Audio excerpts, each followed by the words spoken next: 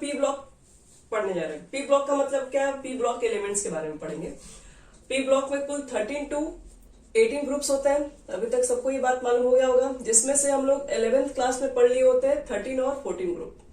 तो ये दोनों हम लोग नहीं पढ़ेंगे। 15, 16, 17 और 18 हमें ये 4 ग्रुप के बारे में डिस्कस करना है सर। तो हम लोग क्या करेंगे, हम लोग सीधे पढ़ेंगे 15 ग्रुप में। हम लोग पढ़ते हैं 15 ग्रुप के एलिमेंट्स को बोलते हैं नाइट्रोजन फैमिली, क्योंकि इसका पहला एलिमेंट नाइट्रोजन है, इसलिए इसको नाइट्रोजन फैमिली बोलते हैं। उसके बाद आपको 16 ग्रुप वाले एलिमेंट्स को बोलते हैं ऑक्सीजन फैमिली। आपके पास है, इसको अच्छे से बोलते हो हैलोजन फैमिली। और ये आपके पास नोबल गैस की फैमिली होती है। तो सीधे स्टार्ट करते हैं, नाइट्रोजन फैमिली स्टार्ट कीजिए।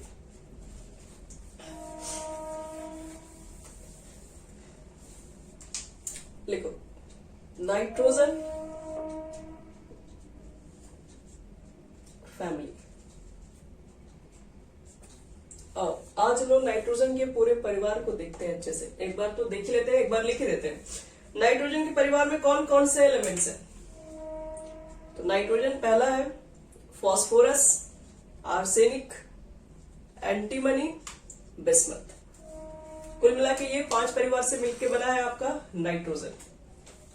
चलिए, इसमें से आपका जो पहला और दूसरा, हम यहाँ पे इलेक्ट्रॉनिक कन्फिग्रेशन सबके लिखते हैं। इसका जनरल इलेक्ट्रॉनिक कन्फिग्रेशन क्या होता है? NH2 होता है और Np पे 3 होता है। जैसे अगर मुझे नाइट्रोजन का लिखना होगा तो नाइट्रोजन सेकेंड पीरियड का है, इसलिए मुझे सिर्फ 2s2 2p3 इसका आउटर मोस्ट में इलेक्ट्रॉनिक कन्फिग्रेशन है। पी के लिए लिखोगे तो क्या लिखोगे? थर्ड पीरियड का है 3s2 3p3 लिख दो। ये फोर्थ पीरियड का है 4s2 4p3 लिख दीजिए। फिफ्थ पीरियड का है 5s2 5p3 लिख दो। सिक्स पीरियड का है 6s2 6p3। इससे पहले वाला कहाँ गया? इसके पहले वाला सब इसके अंदर आप पहले लिख चुके हैं। इलेक्ट्रॉनिक कन्फिग्रेशन हम सब बता चुके हैं, फिर से वो चीजें बताने की कोई जरूरत नहीं है। तो ये इसका हुआ जनरल इलेक्ट्रॉनिक कन्फिग्रेशन का ऑर्डर, जिसमें से देखो बच्चे लोग स्टार्टिंग के ये जो आपके पास दो जो एलिमेंट्स होते हैं नाइट्रोजन एंड फास्फोरस, ये होते हैं नॉन मेटल्स। याद रहे, इसको हम लोग नॉन मेटल्स बोलते हैं। फिर जैसे आगे बढ़ो, आर्सेनिक, एंटीमनी, इसको बोलते हैं मेटलॉयड, इसको बोलते हैं मेटालॉयड। लास्ट पहुंचते पहुंचते आपके पास हो गया मेटल्स।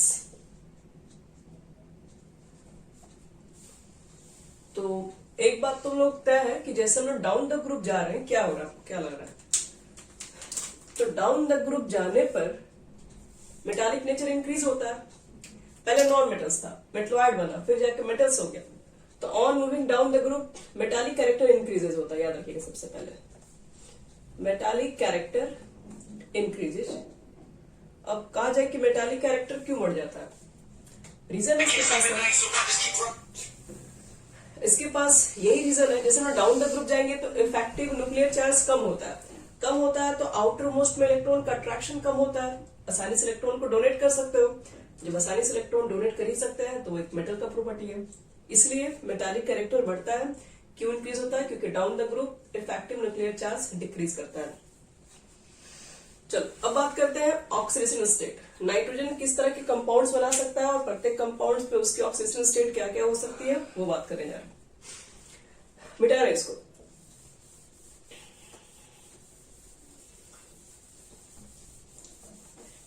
चलो, तो नाइट्रोजन बच्चे लोग किस तरह से कंपाउंड बनाता है, पहले लिखो इसमें ऑक्सीडेशन स्टेट लिखे आप। ऑक्सीडेशन स्टेट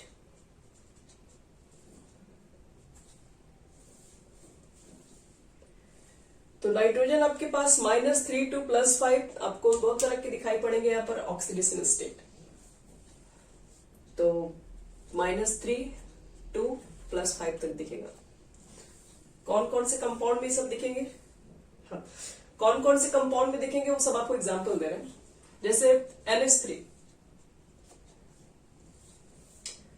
NH3 में क्या लगता है, नाइट्रोजन का ऑक्सीडेशन स्टेट कितना आएगा? जिसका निकालना है उसको क्या बोलते हैं?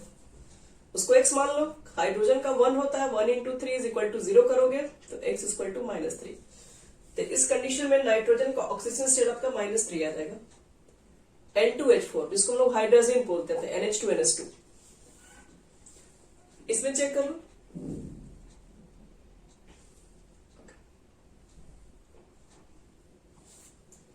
N2H4 में बच्चे लोग निकाल के चेक करो तो N2H4 में नाइट्रोजन का ऑक्सीडेशन स्टेट कितना होगा?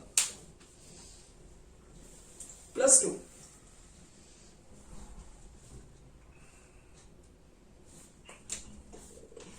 नाइट्रोजन को x मानोगे तो 2x हो जाएगा।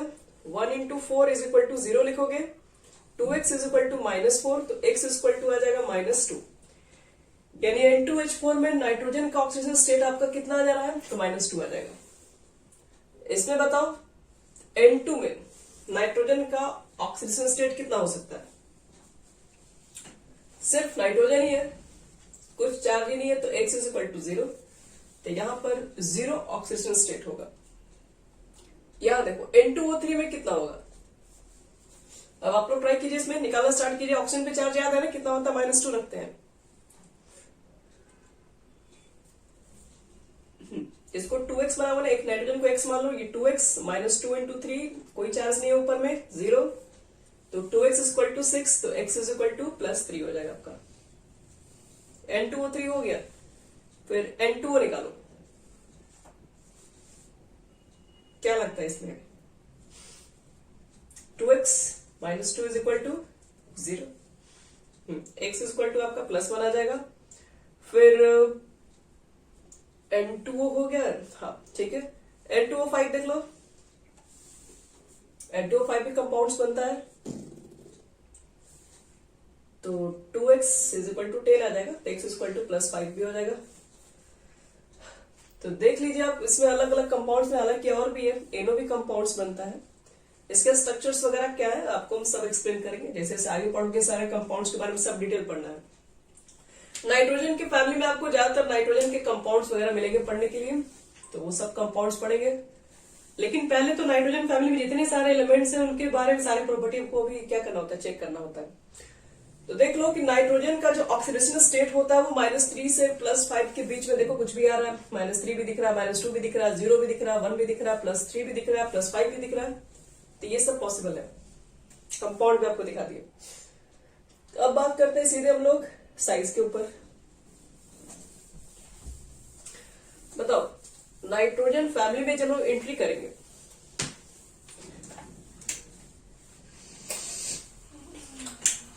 साइज फैक्टर ये आप सब कुछ जान चुके हैं। साइज में क्या होता है? आप नाइट्रोजन फैमिली में एंट्री करेंगे तो डाउन द ग्रुप जाने पर साइज क्या होना चाहिए? इंक्रीज या डिक्रीज?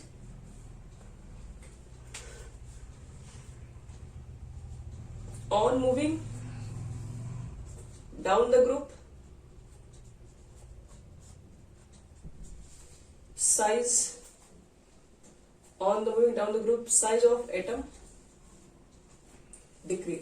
increases ना, increase। एटम की साइज बच्चे लोग बढ़ते हैं, पूछे जाए क्यों बढ़ते हैं? Due to increase number of shell, ये लिख सकते हो अगर रीजन लिखना है, due to increase number of shell per atom. चलिए नेक्स्ट आपसे पूछा जाएगा आयोनाइजेशन एनर्जी के ऊपर। लेकिन पहले बताओ कि आयोनाइजेशन एनर्जी किसका ज्यादा होगा? सबसे ज्यादा। तो उसको छोड़िए, पहले मुझे आप ये बताइए कि आयोनाइजेशन एनर्जी किसको कहते हैं? सब एक्सप्लेन कर चुके हैं इसमें हम।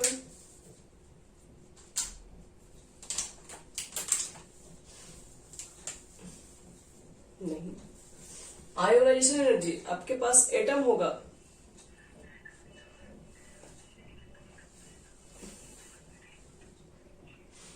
रिलीज नहीं होता है, इसमें एनर्जी लगाना पड़ता है। देखो बच्चे लोग, ये एटम से इलेक्ट्रॉन को निकालने में जो भी एनर्जी रिक्वायरमेंट्स होती है वो हमारी होती है आयोनाइजेशन एनर्जी। तो डाउन द ग्रुप जाओगे तो क्या होता है? इफेक्टिव न्यूक्लियर चार्ज कम होगा। तो खुद से सोचो कि अगर पॉजिटिव चार्ज अगर ज्यादा इसके ऊपर काम कर रहा है तो यहां से इलेक्ट्रॉन नहीं निकलेगा, और छोटे साइज में क्या होता है? पॉजिटिव चार्ज ज्यादा इफेक्टिव होता है, तो इसलिए on moving down the group effective nuclear charge decrease कर जाता है, जिसकी वजह से आयोनाइजेशन एनर्जी क्या होता है? उसकी वैल्यू भी कम हो जाती है, एनर्जी भी कम लगेगा। जब अट्रैक्शन ही कम हो गया तो एनर्जी भी कम लगेगी। तो इसके बारे में हम लोग क्या बोल सकते हैं, on moving down the group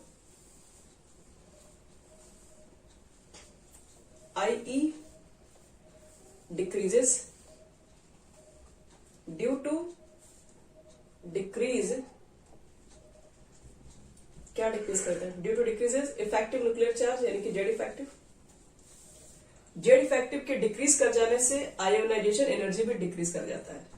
लेकिन आपसे ये क्वेश्चन कोई पूछेगा नहीं, ऐसा कोई नहीं पूछेगा इतना सिंपल। आपसे क्वेश्चन ये पूछा जाएगा, देखिए बता रहे क्या क्वेश्चन किया जाता है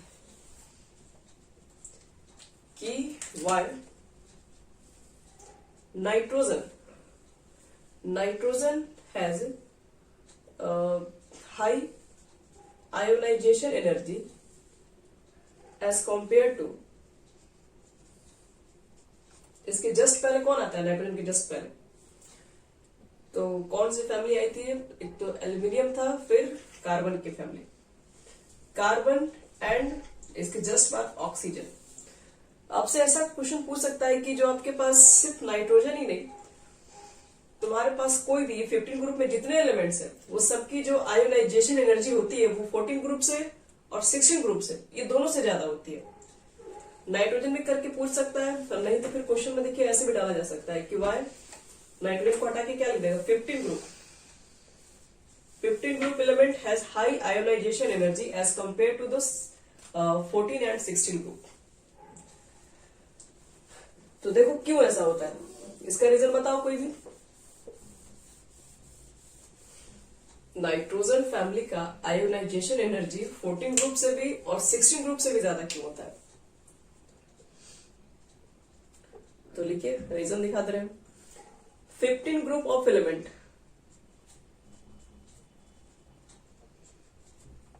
are greater ionization energy than both 14 and 16 group. Reason due to, याद आया reason, due to their half filled electronic configuration.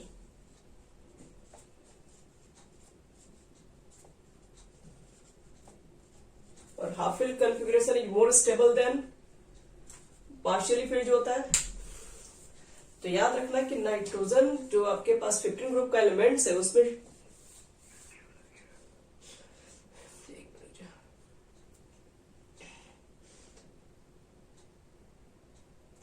Nitrogen जो आपके पास एलिमेंट्स है वो उसकी जो आपके पास हाफ फिल्ड कॉन्फ़िगरेशन पाई जाती है, और हाफ फिल्ड कॉन्फ़िगरेशन ऐसे ही स्टेबल होती है, तो इसलिए वो अपने जस्ट अगल बगल वाले से दोनों से स्टेबल होंगी। तो याद रखना आपके पास यही रीजन नहीं, फुलफिल्ड नहीं है तो 14 और क्या बोलते हैं 16 थोड़ी ना फुलफिल्ड हो गया।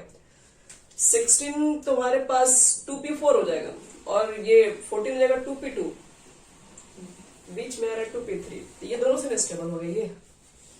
तो 15 ग्रुप वाले एलिमेंट्स की अगर आपसे क्वेश्चन पूछा जाए कि क्यों आयोनाइजेशन एनर्जी ज्यादा होती है, तो रीजन ये हाफ फिल्ड उनके कॉन्फ़िगरेशन है, इसकी वजह से। चलिए नेक्स्ट प्रॉपर्टी बात करते हैं भाई सीधे कोवैलेंसी। अब जितने पढ़ चुके हैं वो सब कुछ यहाँ पर यूज होगा, टोटल चीजें जितना पढ़ा चुके हैं। कोवैलेंसी, तो कोवैलेंसी डेवलप बोलते हैं कि नाइट्रोजन की वैलेंसी कभी भी, ऐसे तो जनरली वो 3 ही बना सकता है, लेकिन लोन पेयर यूज करके वो 4 बना सकता है, 4 से अपनी कोवैलेंसी को एक्सटेंड नहीं कर सकता है। तो क्या उसके पीछे रीजन रहता है, तो रीजन क्या देते हैं, कोवैलेंसी नाइट्रोजन का मुझे लिखना है और कोवैलेंसी मुझे अगर फास्फोरस का लिखना है, तो नाइट्रोजन में एक बात लिखना है सबसे पहले, क्या, तो vacant d orbital are not present, so maximum covalency of nitrogen can be formed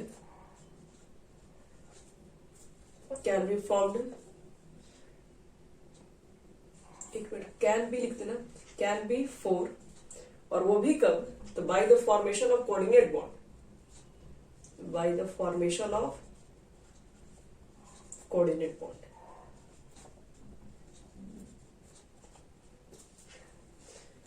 nitrogen के बारे में हम लोग जानते हैं 2s2 2p3 इसका इलेक्ट्रॉनिक कन्फिगरेशन आएगा लास्ट में। 2s2 में 2 इलेक्ट्रॉन्स, p में आपके पास साफ साफ 3 इलेक्ट्रॉन्स दिख रहे हैं। d ऑर्बिटल्स तो यहाँ पर है नहीं कि आगे हम यहाँ पे कुछ बना सकते हैं, इसलिए क्या करेंगे, इलेक्ट्रॉन को एक्साइट भी करेंगे तो कोई फायदा होने वाला नहीं है। आप मैक्सिमम अनपेयर्ड तो 3 ही प्रोवाइड कर पाएंगे। इसको यहाँ पर भी एक्साइट करके लाओगे तो क्या होगा, यहाँ पर अनपेयर्ड तो 3 ही मिलने वाला है कहीं से भी। इसका मतलब है 3 बॉन्ड बनाएगा। 3 बॉन्ड मान लो यहाँ पर आके कोई शेयर करे, यहाँ पे आके कोई शेयर किया, यहाँ पर शेयर किया, तो 3 बॉन्ड तो खैर इसका बनना तय है। NH3 वगैरह कंपाउंड्स बनते हैं, लेकिन अमोनियम आयन भी तो बनते हैं NH4+। तो अमोनियम आयन कैसे बन जाते हैं, 4 बॉन्ड तब बनते हैं, 3 तो ये वाला नाइट्रोजन का यहाँ पर, 3 हाइड्रोजन यहाँ पर आएंगे, और एक जो लोन पेयर है ये कोऑर्डिनेट बॉन्ड में यूज होता है। अब जब भी नाइट्रोजन एक हाई इलेक्ट्रोनेगेटिव है और ये अपना इलेक्ट्रॉन अगर दे रहा किसी हाइड्रोजन को, तो जाहिर सी बात है कि नाइट्रोजन के ऊपर चार्ज आ जाएगा पॉजिटिव। यही आपके पास NH4+ है। एक्चुअल में NH4 कंपाउंड कैसे बना है, तो NH3 होता है और एक जो कि आपको बता ही दे रहे हैं, NH4+ में कौन सा लुईस एसिड है, कौन सा लुईस बेस है, दोनों चीजें हैं इसके अंदर। NH4+ जो कंपाउंड बना है वो NH3+ H+ के ही मिक्सचर से बना है, जिसमें NH3 अमोनिया को बोलते हैं लुईस बेस। लुईस बेस क्यों बोलते हैं, क्योंकि इसके पास लोन पेयर इलेक्ट्रॉन पेयर को डोनेट कर सकता है। ये लुईस एसिड है, लुईस बोलिए, बोलो मैं, ये लुईस एसिड है। अगर ये लुईस एसिड है, क्यों है, क्योंकि इलेक्ट्रॉन पेयर को एक्सेप्ट करेगा। इसके पास एक इलेक्ट्रॉन भी नहीं है, ये चाहेगा मेरे पास जल्दी इलेक्ट्रॉन आ जाए, इसका एक ही ऑर्बिटल से वो भी वैकेंट पड़ा हुआ है, तो ये अपने ऑर्बिटल्स में इलेक्ट्रॉन्स को पुट कर देगा, जिसकी वजह से NH4 बनता है। तो ये कुछ हो गया नाइट्रोजन के बारे में, कुछ नॉलेज आप लोग को नाइट्रोजन के बारे में। अब बात करेंगे सारे प्रॉपर्टीज को कंपेयर करेंगे। नाइट्रोजन फैमिली में जितने सारे एलिमेंट्स हैं, तो सारे फैमिली के प्रॉपर्टीज के ऊपर थोड़े थोड़े बात होंगी।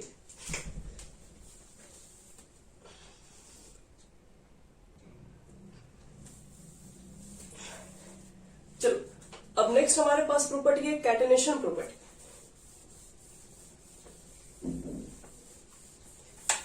कैटेनेशन किसे कहते हैं, याद है आप लोग?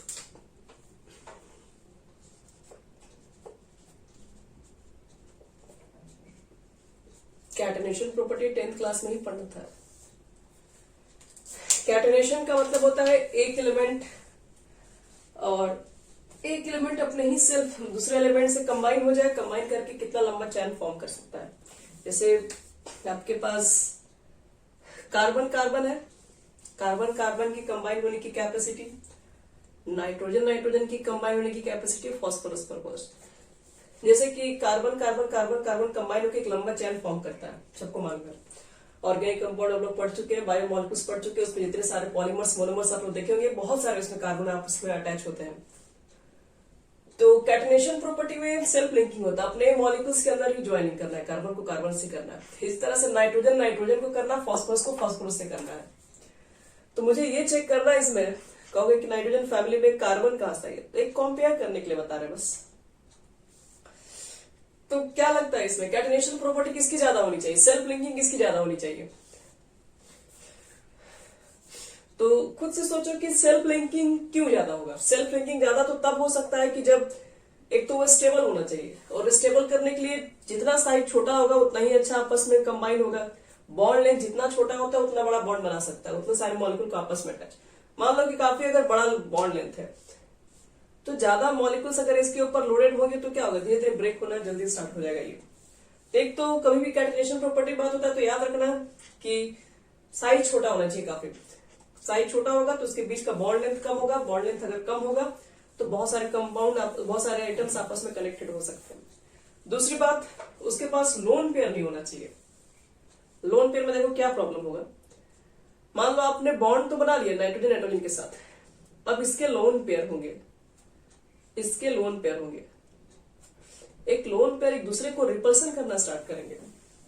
ये इसको रिपेल करेगा, ये इसको रिपेल करेगा, उसको दूर पे देखना नहीं चाहता है, इसको इधर भगाएगा इधर भगाएगा, दोनों मिलके क्या करेगा, पॉजिटिव डायरेक्शन में फोर्स लगाएंगे, बॉन्ड को कमजोर कर देंगे।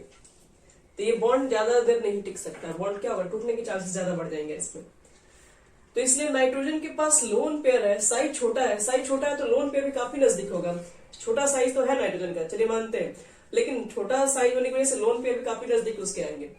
अब इलेक्ट्रॉन पेयर नजदीक आएंगे तो रिपल्शन में ज्यादा होगा, रिपल्शन होगा तो एक दूसरे से दूर भागेंगे, जिसकी वजह से बॉन्ड भी उनका जो होगा वो स्टेबल नहीं होगा। तो ज्यादा नाइट्रोजन एटम को आपस में लिंक करेंगे, ज्यादा लोन पेयर बढ़ेगा, उसमें ज्यादा रिपल्शन होगा, बॉन्ड क्या होगा, बॉन्ड स्ट्रेंथ कमजोर हो जाएगा। फिर हमारी बात फास्फोरस सूसी नाइट्रोजन फैमिली का अगला हिस्सा है।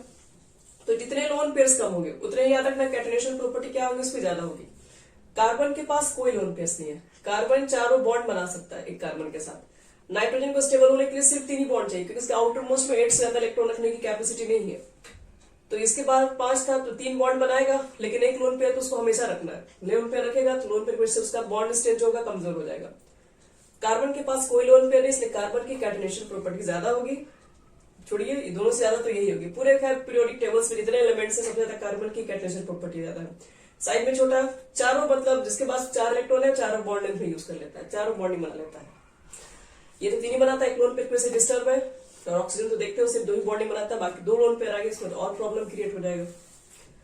तो ये तो छोड़ो, ये तो सबसे ज्यादा, उसका तो नाम ही नहीं लेना। नाइट्रोजन फॉस्फोरस में किसका ज्यादा होना चाहिए catenation property?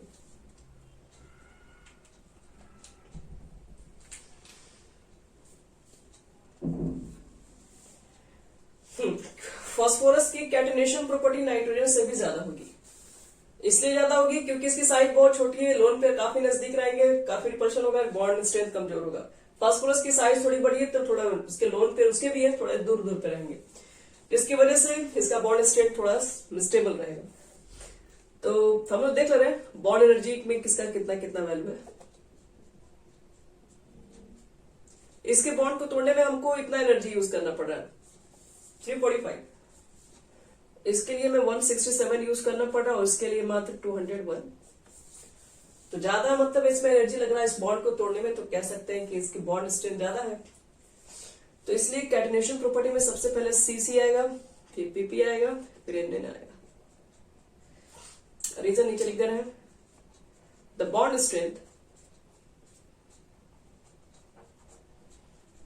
Strength of CC bond is more than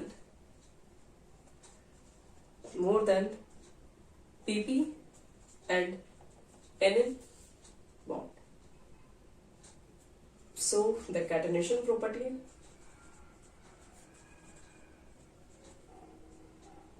is high.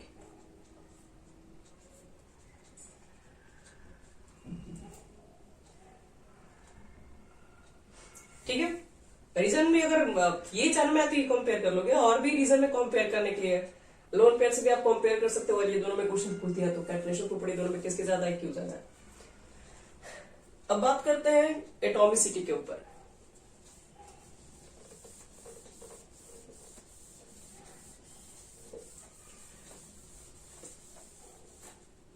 Next हमारा है एटॉमिसिटी।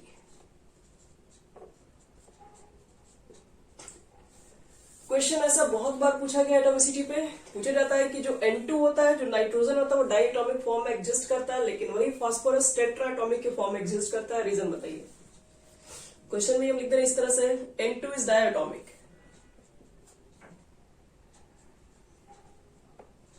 मॉलिक्यूल,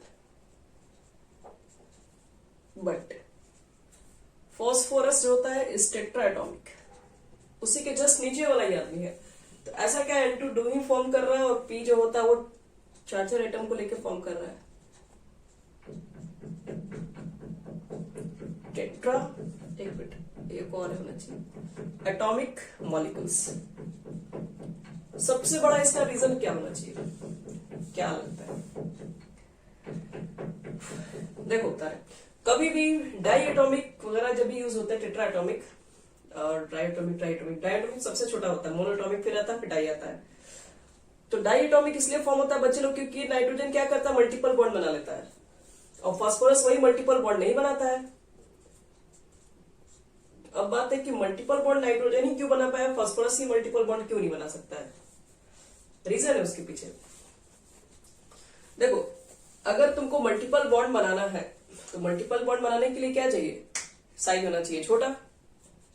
साइज जितना छोटा होगा आप उसी कंडीशन में मल्टीपल बॉन्ड बना सकते हैं। बड़े कंडीशन में अगर साइज बड़ा होगा तो मल्टीपल बॉन्ड से होता है वो अच्छे से नहीं बन पाता है। जैसे कि हम लोग इफेक्टिव ओवरलैपिंग बोलते हैं हम लोग। इफेक्टिव ओवरलैपिंग का मतलब क्या हो गया? जैसे कि आपके पास साइज छोटा होगा इसके अंदर, तो यहाँ पर 2p ऑर्बिटल्स में इलेक्ट्रॉन्स होते हैं। आप देखिए ना 2s2 2p2, 2 इलेक्ट्रॉन इस पे भरे हुए थे, p वाले वैकेंट ऑर्बिटल्स थे। तो तुमको भी समझ में आ रहा है साइड ये मल्टीपल बॉन्ड कैसे बनता है? एक तो सिग्मा बॉन्ड हो गया, सबको समझ में आ रहा है। बाकी जो बनना है पाई बॉन्ड बनना है। पाई बॉन्ड कैसे बनना होगा? ओवरलैप करके बनना होगा। और ओवरलैपिंग अच्छा कब होगा? जितना साइज छोटा होगा इसके बीच में ओवरलैप ज्यादा से ज्यादा हो पाएगा। अगर इसके बीच में मान लीजिए जैसे आप नीचे बढ़ेंगे, डाउन द ग्रुप जाएंगे, दोनों के बीच का डिस्टेंस बढ़ जाएगा। जब डिस्टेंस अगर ज्यादा हो जाएगा तो ओवरलैप उतना इफेक्टिव नहीं हो पाता है। तो ज्यादा जब इफेक्टिव आपका ओवरलैप ही नहीं होगा तो मल्टीपल बॉन्ड फॉर्मेशन भी कम हो जाएंगे। अब मल्टीपल बॉन्ड फॉर्मेशन कम हो जाएंगे तो स्टेबल करने के लिए बॉन्ड तो बनाएगा ही, लेकिन वही अलग अलग 4-4 एटम के साथ बॉन्ड बना रहा है। तो इसके पीछे जो सबसे मेन रीजन है, हाँ, यहाँ पर तुम्हारे पास नहीं ओवरलैप कर पाता है, इसलिए ये मल्टीपल बॉन्ड्स नहीं बना पाता है। इसलिए सिंगल एटम से कंबाइन होकर सिग्मा बॉन्ड तैयार करता है। एक लाइन में रीजन इसका होगा N2 diatomic molecules, P4 tetratomic molecules due to a small size. यहां की तरह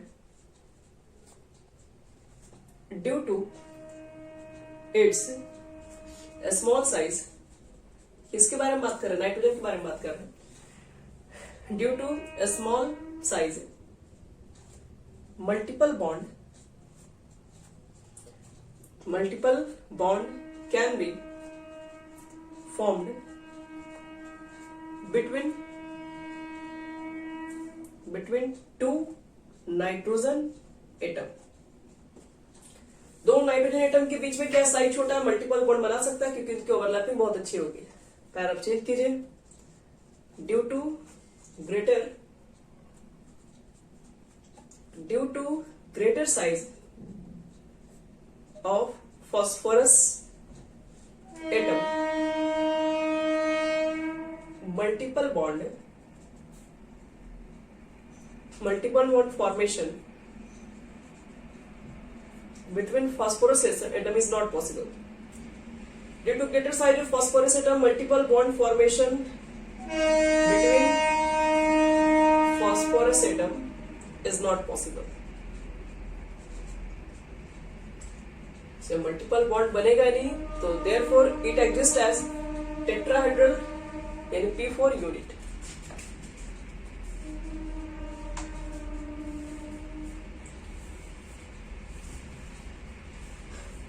चलो अब बढ़ते हैं आगे। ये चीजें याद रखना, इसमें जितने आपको चीजें बताएंगे वो सब पे क्वेश्चन एग्जाम में क्या आपको कॉम्पिटिशन टाइप के भी क्वेश्चन एग्जाम में किए जाते हैं।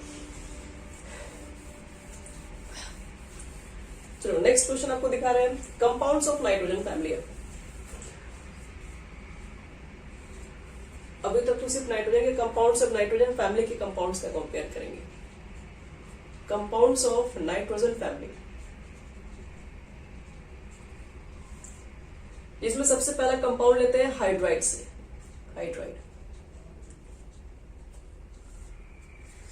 हाइड्राइड के ऊपर बात करें तो पहले तो याद रखिएगा all the element form hydride of the type.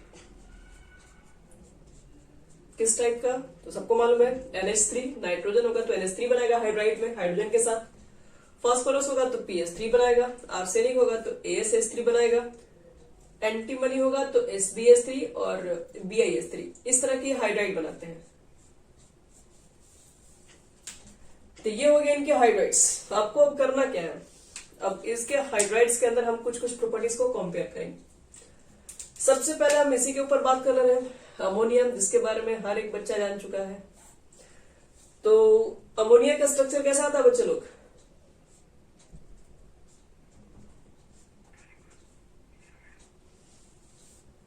Pyramidal ना। इसका स्ट्रक्चर होता है पिरामिडल। देखिए इस तरीके का, क्योंकि इसके पास 3 बॉन्ड पेयर है, एक लोन पेयर है, तो इसका हाइब्रिडेशन कितना आएगा? हाइब्रिडाइजेशन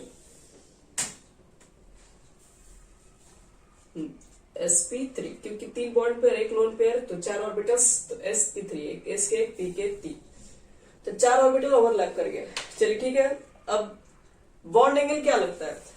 अगर sp3 रहता है तो बॉन्ड एंगल कितना होता है?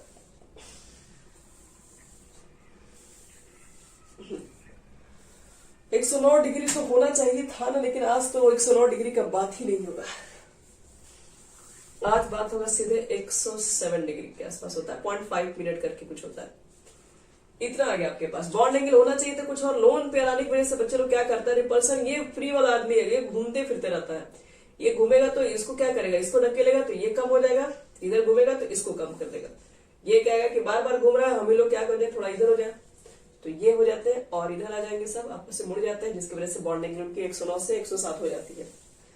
तो क्वेश्चन हमारा पूछ सकता है NH3 के अंदर कि sp3 इसके पास हाइब्रिडाइज्ड ऑर्बिटल्स है, फिर भी इसकी बॉन्ड एंगल 109 नहीं होकर 107 क्यों है? पहला क्वेश्चन आपके पास तो यही आ जाएगा। तो लिख दो, एक लाइन लिखते हैं इसके बारे में, और भी चीजें बता रहे। Due to presence of, reason क्या देंगे, ऐसा क्वेश्चन भी पूछा जाएगा तो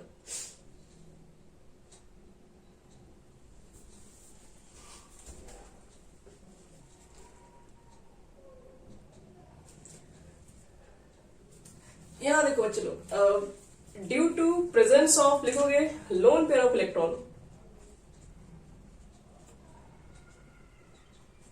NH3, the bond angle of NH3 decreases.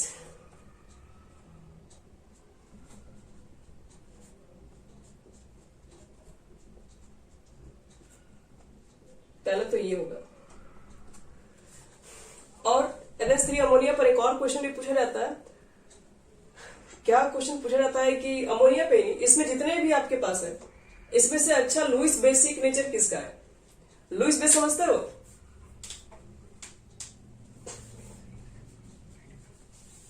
हाँ, तो आपको बताना पड़ेगा कि इसमें बेसिक कैरेक्टर किसका है, कौन एक अच्छा लुईस बेस होगा। आपको ये बताना चारों में से। BiS3 क्यों?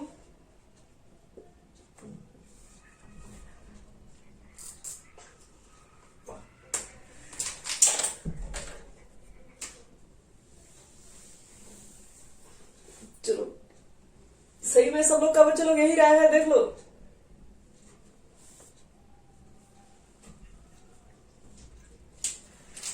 आओ देख लेते हैं तब। कहने का आप लोग का सिर्फ यही मतलब है।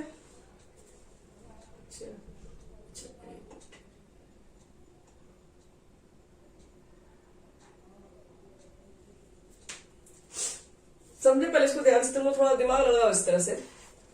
लुईस बेस उसको अच्छा बोलते हैं जो आसानी से अपना इलेक्ट्रॉन पेयर को डोनेट कर सकता है।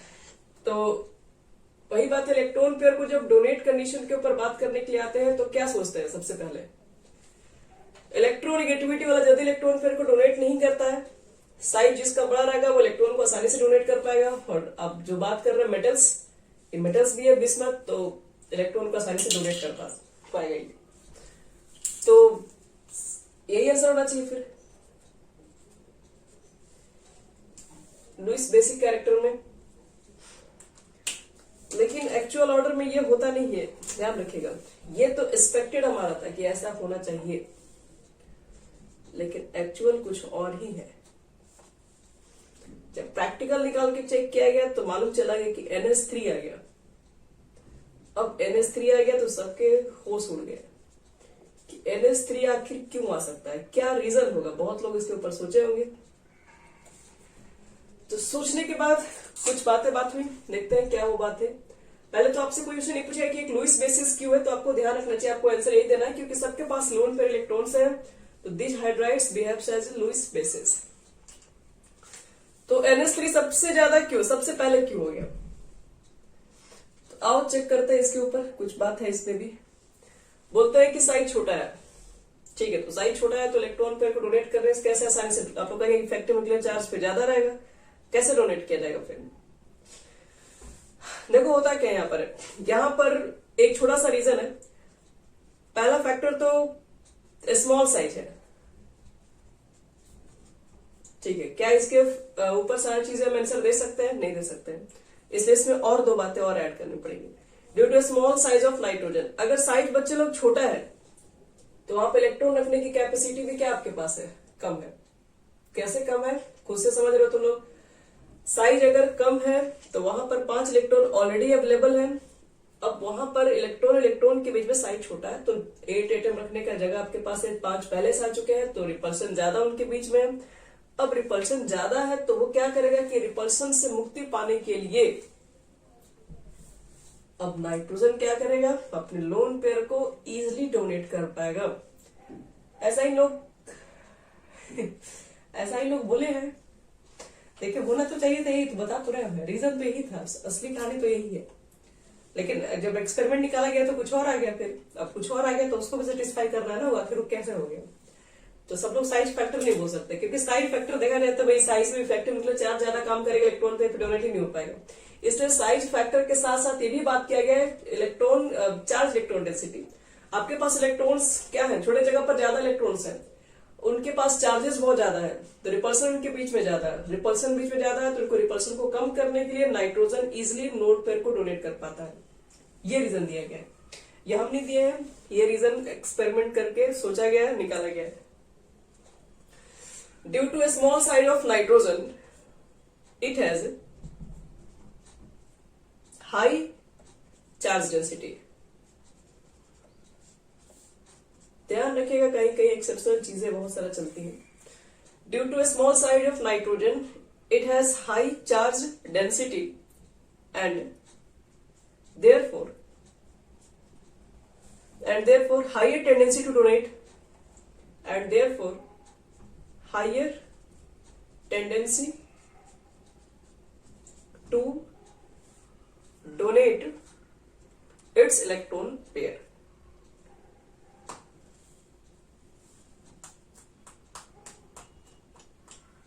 बस यही याद रखना है और कुछ नहीं याद रखना है। नाइट्रोजन फास्फोरस पे कंपेयर कर दिया जाएगा तो यही कंपेयर कर लीजिएगा, यही आपको आंसर लिखना होगा। छोटे से साइज के साथ उसमें हाई चार्ज डेंसिटी होने की वजह से आप नाइट्रोजन में जो इलेक्ट्रॉन पेयर है वो आसानी से डोनेट करने के लिए रेडी रहता है। चलो ये तो पहला फैक्टर हो गया लुईस बेसिस का। अब बी में लिखते हैं।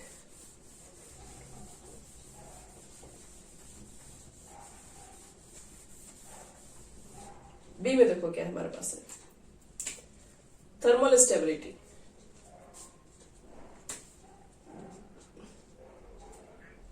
बोलिए। नहीं, नीचे वाले का 90 डिग्री, नीचे वाले का 90 डिग्री हो जाता है ड्रैगोस रूल के अकॉर्डिंग। ड्रैगोस रूल कहता है कि नो हाइब्रिडाइजेशन। बताएंगे ड्रैगोस रूल क्या होता है, वो केमिकल बॉन्डिंग में ही पढ़ना रहता था। ड्रैगोस रूल को पसंद नहीं है हाइब्रिडाइजेशन। देखो थर्मल स्टेबिलिटी क्या होता है, आपसे पूछा जाए कि NH3, PH3 और क्या था ASH3, SBH3 और BiH3, इसमें आपको बताना है कि थर्मल स्टेबिलिटी किसका हाई है, या फिर उसको एक सही ऑर्डर में आप बता सकते हैं। तो सबसे पहला क्वेश्चन आपका यही होगा कि थर्मल स्टेबिलिटी का मतलब है क्या। देखिए थर्मल मतलब यहां पर कहने का मतलब है हीट से, और स्टेबिलिटी का मतलब कि हीट देने के बावजूद भी ये स्टेबल रहे, तो वही बोलेंगे कि थर्मल स्टेबिलिटी ज्यादा होगा।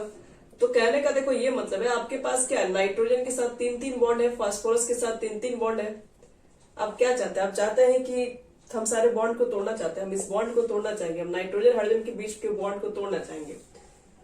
तो आप क्या करेंगे, हीट करेंगे, उसको हीट करेंगे तो उसके इलेक्ट्रॉन फ्री होकर टूट जाएंगे, इससे बाहर चले जाएंगे, तो आप उसको हीट करेंगे। लेकिन मेरा क्वेश्चन ये है कि हम जब हीट करेंगे तो सब में हीट कर रहे हैं तो कौन सा थर्मल स्टेबिलिटी ज्यादा। आप हीट देने के बावजूद भी उसका बॉन्ड जल्दी ब्रेक नहीं हो रहा है, ऐसा नहीं है कि होता ही नहीं है, हो तो जाएगा सब, लेकिन कौन ज्यादा स्टेबल रहेगा। NH3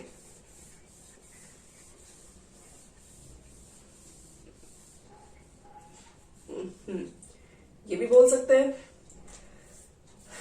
क्या, देखिए लेकिन हम लोग जानते हो बॉन्ड, ये सब जो हाइड्रोजन बॉन्ड होता है ना, ये सब बेसिक कब बात करते हैं, गैसेस फेज में बात नहीं करते हैं, क्योंकि अमोनिया ऐसे देखा जाए जनरली गैसेस होती है, सॉलिड के फॉर्म में होती है।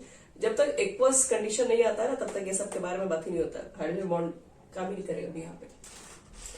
जब भी सॉल्युबिलिटी वगैरह के बारे में बात आएगी, बॉइलिंग पॉइंट्स के बारे में बात आएगा, तब वहां पे वो फैक्टर चेक करते हैं। स्टेबिलिटी, थर्मल स्टेबिलिटी के ऊपर ये नहीं बात करेंगे। थर्मल स्टेबिलिटी होगा तो आपको बॉन्ड लेंथ पे कंपेयर करना पड़ेगा सीधे। नाइट्रोजन और हाइड्रोजन दोनों का साइज छोटा, बॉन्ड लेंथ इतना। फास्फोरस का साइज बच्चे लोग हो गया थोड़ा बड़ा, हाइड्रोजन अभी भी उतना ही छोटा। फिर नीचे आ जाओगे, आर्सेनिक, इसका तो और साइज हो गया बड़ा, हाइड्रोजन अभी भी उतना ही है। तो जैसे जैसे डाउन द ग्रुप आओगे, डाउन द ग्रुप आने पर क्या दिख रहा है? Bond length, bond length increase हो रहा है, और जितना बड़ा बॉन्ड होगा उतना ही जल्दी ब्रेक हो जाएगा। बड़े चीज को तोड़ना आसान है, बड़े एक छड़ी होगा उसको तोड़ना इजी है, छोटे छड़ी को तोड़ना बहुत मुश्किल है। तो यही रीजन यहाँ पे हम लोग डालेंगे कि जो बॉन्ड स्ट्रेंथ होता है, जो यहाँ पर बॉन्ड स्ट्रेंथ होगा वो इनवर्सली प्रोपोर्शनल किसके है? बॉन्ड लेंथ के। बीएल शॉर्ट में लिख रहे हैं बॉन्ड लेंथ। तो इसका कंपेयर हम लोग बॉन्ड स्ट्रेंथ और बॉन्ड लेंथ पर करने जा रहे हैं। तो देखो इसका रीजन क्या लिखेंगे हम लोग। थर्मल स्टेबिलिटी, करेक्ट ऑर्डर क्या बता दें, यही करेक्ट ऑर्डर इसका होगा, क्योंकि बॉन्ड लेंथ सबसे छोटा इसका है तो बॉन्ड स्ट्रेंथ ज्यादा होगा। तो thermal stability of hydride decreases, thermal stability of hydride decreases down the group, reason, तो as bond length will increases, और due to increasing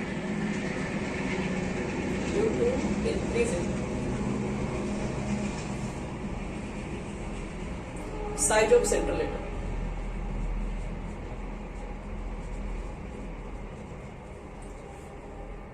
ये इसका होगा मेन पर्पस। मेन रीजन देना पड़ेगा। थर्मल स्टेबिलिटी डिक्रीज कर जाता है डाउन द ग्रुप जाने पर। रीजन क्या है? बॉन्ड लेंथ इंक्रीज करेगा क्योंकि एटम की साइज बढ़ रही होती है, इसकी वजह से। चलो नेक्स्ट हमारा बी हो गया, थर्मल स्टेबिलिटी कंपेयर करने आ गया हमें। अब बात करेंगे क्लास रिड्यूसिंग कैरेक्टर, उसके बाद बाकी सारी चीजें नेक्स्ट क्लास में करेंगे। देखो रिड्यूसिंग कैरेक्टर कैसे चेक करते हैं। देखिए सारे फैमिली में ऐसे ही होने वाला है, ठीक है। आप एक फैमिली को अगर बहुत अच्छे से स्टडी कर लिए ना, तो बाकी सब सारे फैमिली में आपको कोई ज्यादा मेहनत नहीं करना पड़ता है, वो सब एक ही कैटेगरी पे चलता है। हम पहले फैमिली में सब कुछ अगर क्लियर कर दें तो आगे में उतना मेहनत नहीं करना पड़ेगा। रिड्यूसिंग कैरेक्टर, अब एक्सेप्शन की रही बात तो वो तो कहीं भी आ सकता है, कोई ठीक नहीं उसका है। तो फिर से वही क्वेश्चन, रिड्यूसिंग कैरेक्टर किसका ज्यादा होगा? आपके पास NH3 है, PH3 है, फिर से ASH3 है और SDH3 और BiH3। भाई रिड्यूसिंग एजेंट कौन सा? देखो रिड्यूसिंग एजेंट पूछा जाए, रिड्यूसिंग कैरेक्टर पूछा जाए तो इटसेल्फ तो ऑक्सीडाइज होगा बच्चे लोग, और इटसेल्फ जो ऑक्सीडाइज होगा वो काम क्या करेगा? जैसे नाइट्रोजन के ही ऊपर बात करें, मान लो कि सारे मेटल्स को एम ही नाम दे रहे हैं, जो भी आपके पास इसके अंदर इतने एलिमेंट्स है, MH3 types of hydride form कर रहा है। रिड्यूसिंग कैरेक्टर का मेरा यहाँ कहने का मतलब है कि आप जैसे इसको हीट करें तो हीट करने के बाद वो जल्दी से अपने पास से हाइड्रोजन को बाहर निकाले, क्योंकि जैसे हाइड्रोजन को बाहर निकालेगा तो रिमूवल ऑफ हाइड्रोजन ऑक्सीडेशन कहलाएगा, और ऑक्सीडेशन होगा तो वो एक अच्छा रिड्यूसिंग एजेंट के फॉर्म में काम करेगा। तो मुझे चेक करना है कि इसमें से एक अच्छा रिड्यूसिंग कैरेक्टर कौन प्ले करेगा।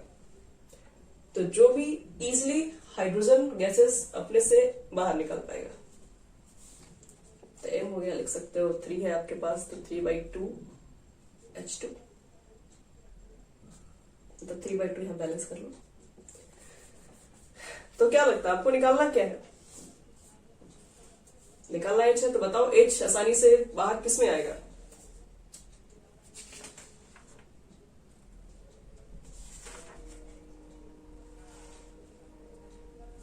तो अभी हम लोग देखें थर्मल स्टेबिलिटी।